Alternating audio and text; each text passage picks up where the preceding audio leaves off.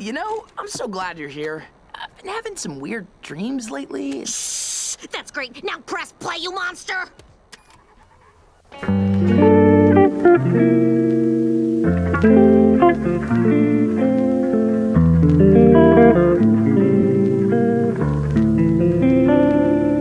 Steven Universe came out at a time when I had already abandoned the holy trio of kids programming. Most of my favorite shows had been wrapped up or canceled, and I was already feeling the major disconnect between those shows and the ones that were replacing them. The generational shift was happening, and I had aged out. So I moved on, and more mature shows like Gossip Girl, Veronica Mars, The Walking Dead became my new diet with a healthy supplement of YouTube content. And eventually I started really getting into anime. That's when I started to realize how much I loved animation. There's just something about it that makes it stand out from regular TV shows. Of course, each medium has its own pros and cons, but I think animation has a certain magic to it. It has a way of taking something that sounds awesome on paper, but is a struggle to be replicated on film. That's why you can take something like this. For the Earth Kingdom, attack! And you get this.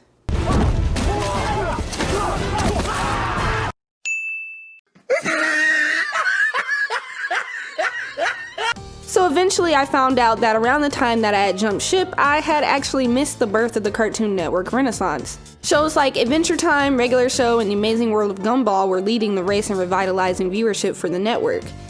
Steven Universe eventually joined the scene too, premiering on November 4th, 2013. It was created by Rebecca Sugar, who stepped down from her role as an Adventure Time writer and storyboard artist to work on the show. I had heard of it, but never paid much attention to it until this.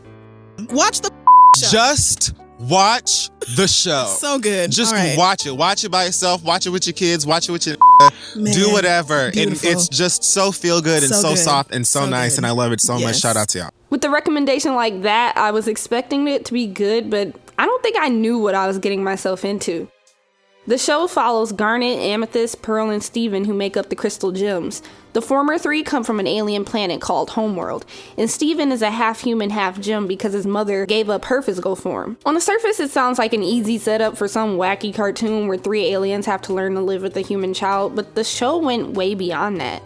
We follow the four as they protect Earth from corrupted gems and other threats. Throughout the show, we were getting foreshadowings about the larger story at hand, but even with the constant knowledge that there was a bigger threat looming, it didn't lose any of its fun and charm. A lot of which for me came from the music. I'm usually pretty hesitant about musical numbers inside of TV shows that aren't explicitly musicals, but it quickly became one of my favorite parts of the show because it wasn't just there to fill time, it actually added something to the story, and they were extremely well written. I was fine with the men who would come into her life now and again. We decided really early on a sound palette, and we decided that every character is represented by a different instrument. So we have Steven, who has a pretty wide variety of sounds, but he has chiptune when he's just like being fun-loving. He has strings and violins when he is thinking about his mom or is relating to his mom. And then Pearl has piano as her main instruments. And Amethyst has drums and Garnet has bass. And those three kind of represent a basic jazz ensemble. Little attention to details like that made the songs a great way to display the characters' ambitions and struggles, and it made them easy to understand and even easier to root for because we identified with them. Throughout the show, we watch Steven grow up and we see his personality shift over time. We see him go from a naive little boy who wanted to be a hero to becoming overwhelmed with his role as a crystal gem. And we feel the weight of him living in his mom's shadow and feeling responsible for her mistakes. And things come to a head in Steven Universe Future, which I want to cover in a separate video because, oh boy. We see Sapphire and Ruby learn themselves apart so that they could be their best together as Garnet. We see Amethyst grow comfortable with her place in the Crystal Gems and learn to accept herself despite being considered defective compared to the other Amethysts. We see Connie grow from a girl who lives to please her parents to being a sword-wielding warrior. We see Pearl work through her love and attachment to Rose and finally accept that it was over. These are all things that can resonate with any audience. If there's anything you can count on a good number of cartoons to do, it's stay stagnant. It's easy and it's not always bad, but It was refreshing to see the show take its audience and its storyline so seriously. The Crystal Gems and even the other characters in Beach City faced problems that weren't solved in one episode, and in the end, they still weren't perfect, and they weren't meant to be. I think I started watching in February and caught up just in time to be there when everyone was watching Steven Universe's final episodes. It was a little bittersweet witnessing people who had been watching the show for 7 years finally see it come to an end, and it's a testament to the quality of the show that they loved it for so long.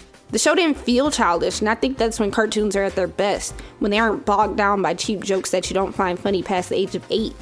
Those are the shows that fans can grow with and want to rewatch in the future. I can't tell you how many shows a lot of us have forgotten because they just didn't age well in terms of comedy.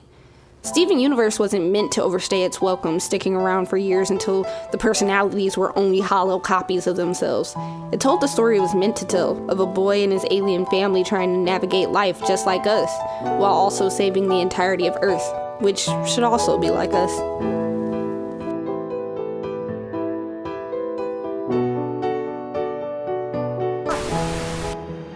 Steven, you didn't tell me that they cast you! What?